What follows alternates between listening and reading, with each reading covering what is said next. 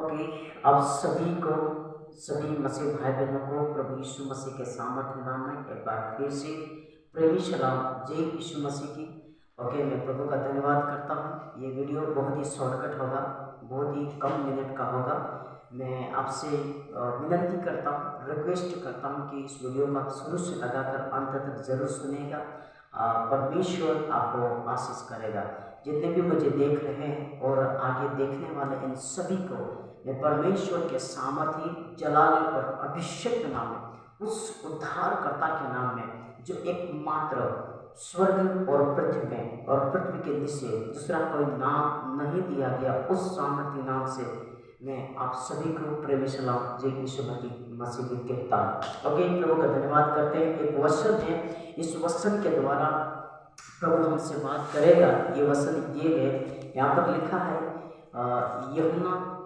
यूहन्ना की पुस्तक, उसका 12 अध्याय के 24 पद में लिखा है।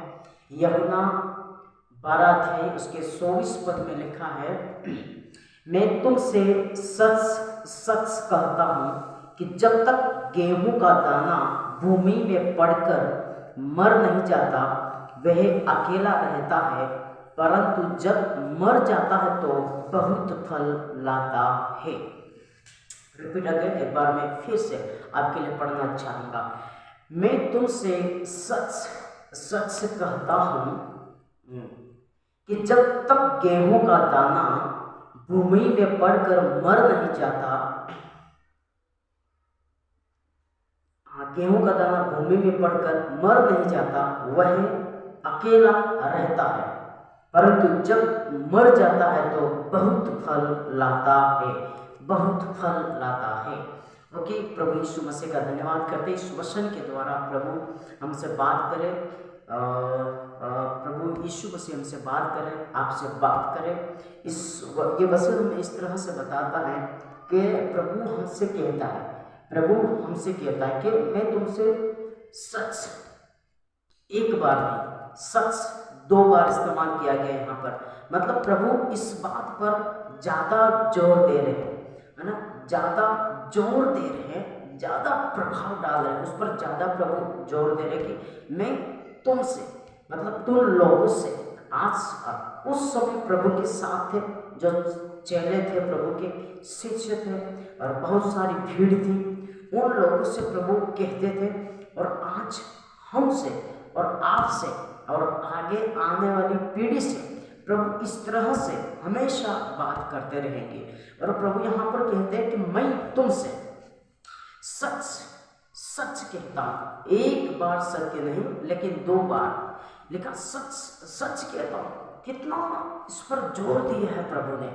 मैं तुमसे, मतलब वाकड़ी में कहता हूँ, तुम्हारा हासी बात की रस है, एनम कोई झूठाई नहीं, एनम कोई भ्रम नहीं, एनम कोई संदेह नहीं, एनम कोई शक नहीं, पण हासी स्वाद અને સત્ય વાત હું તમને કીધો છું। આ શું કહેશે, मैं तुमसे सच सच कहता हूँ कि जब तक गेहूं का दाना भूमि में पड़कर मर नहीं जाता वह अकेला रहता है।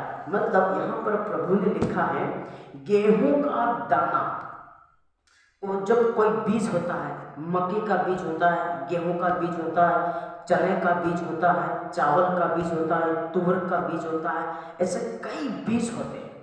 तो यहाँ पर लिखा है, जब वो बीज होता है, अगर उस बीज का अगर अनेक बीज करना है, उस फसल को अगर ज़्यादा में उपजाऊ करना है, ज़्यादा बढ़ाना है, तो क्या करना पड़ेगा, उस जो बीज है उसको जमीन में बोना पड़ेगा। वो क्या करेगा, वो जो बीज है वो जमीन में जाएगा, वो जमीन में जाकर जो उस बीज का कठोरपन है, उस बीज का जो ऊपर वाला कवर है, जो ऊपर वाला कवच होता है, उसका सुरक्षा कवच होता है, वो बहुत ही कठोर होता है, बहुत ही हटीला होता है, बहुत ही कड़क होता है वो।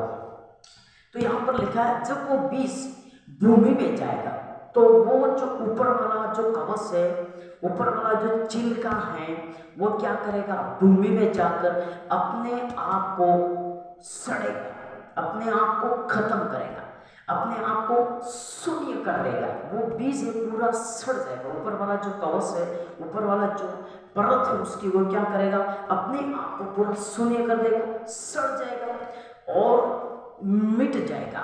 फिर क्या होगा, उस बीज में से जो झड़ गया, जो उसकी जो कठोरपन है, जो उसका बाहरी दिखापन है, जो उसका बाहर का रूप है, जो बाहर का स्वभाव है, जो बाहर का दिखावा है, वो अपने आप में जमीन में जाकर वो मर जाएगा। तब जाकर वो क्या, जब तक नहीं मरेगा, जब तक वो खत्म नहीं होगा, जब तक वो शून्य नहीं होगा, जब तक अपने आप को जमीन में वो सड़ेगा नहीं, मरेगा नहीं, अपने आप को घायल नहीं करेगा, अपने आप को वो जमीन में अंदर नहीं जाएगा, तब तक वो बाहर निकल कर नहीं आ सकता, एक पौधे के रूप में नहीं आ सकता। तब तक, जब तक कि वो मरेगा नहीं, जब तक कि वो सड़ेगा नहीं, तब तक उसका नया पौधा बाहर निकल कर नहीं आ सकता।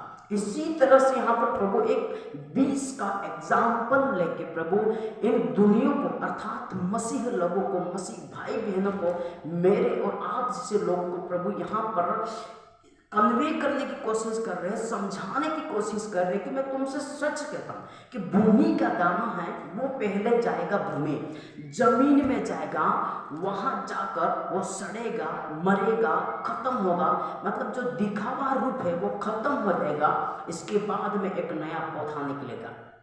हाँ, तो बाइबल यहाँ पर स्पष्ट रूप से हमसे बात करता है कि यहाँ पर लिखा है कि जो गेहूं का दाना भूमि में पड़कर मर नहीं जाता तो वह अकेला रहता है, जब तक वो मरेगा नहीं तब तक वो अकेला रहेगा।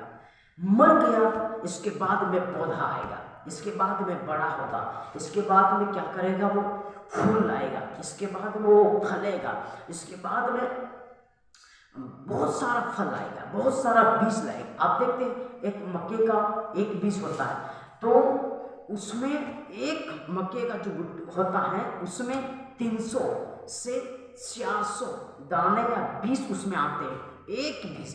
पर वो बीज 400 से 500 या 400 क्यों है, क्योंकि वो एक बीज था ना पहले, जो जमीन में बोया गया, जो गाड़ा गया है ना, जिसको जमीन में रखा गया, उसने क्या किया, अपने आप को मार दिया। अपने आप जो बाहरी रूप था, जो कवच था, जो कठोरपन था, जो कड़कपन था, उसको क्या करते, अपने आप को शून्य कर दिया, सड़ा दिया।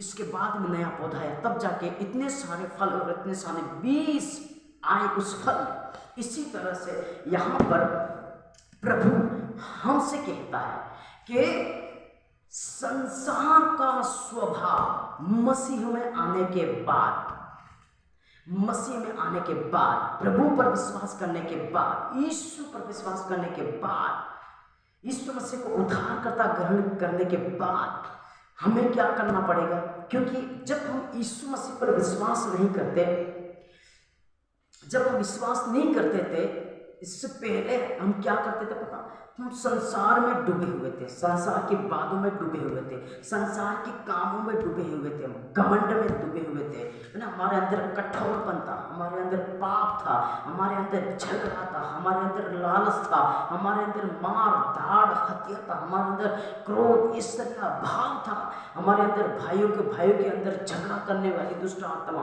परिवार के अंदर झगड़ा करने वाली दुष्ट आत्मा, पैसों को लूट के खाने वाली आत्मा, हत्या करने, लालच करने वाली दुष्ट आत्मा, ये सारा संसार का क्या है, स्वभाव। और इसको निकालना इतना इजी नहीं है और इतना आसान नहीं है। जो व्यक्ति उसमें डूब जाता है, इसके बाद में इसके स्वभाव को बदलना आसान नहीं है। लेकिन प्रभु हमें अनुग्रह प्रदान करता है, अनुग्रह की आत्मा प्रदान करता है और हमें सहायता करता था कि हम उस अनुग्रह के द्वारा हम उन जो पुराने स्वभाव से हम छुटकारा प्राप्त कर सके। तो यहाँ पर लिखा है, जो पहले हम अंधकार में थे, हम डूबे हुए थे, एक बीज के ऊपर एक कठोरपन रहता है। इसी तरह से जब हम संसार में रहते और आज भी जो अन्य जाति के लोग रहते, उसके अंदर आप लोग देखना कि उनके स्वभाव में कितना कठोरपन है ना, कितना कठोरपन है।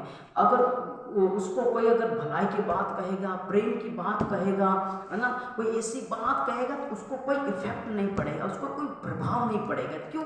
क्योंकि जो है ना, उस बीज के ऊपर जो कवच रहता है उसकी तरह उस इंसान के अंदर भी शैतान ने क्या करके रखा, कठोरता, पत्थर जैसा मन, पत्थर जैसा विचार, पत्थर जैसा हृदय, पत्थर जैसा दिमाग, पत्थर जैसा पूरा शरीर उसने संसार के कामों में करके रखा। इसलिए वो प्रभु की बात तो जल्दी ग्रहण नहीं करेगा।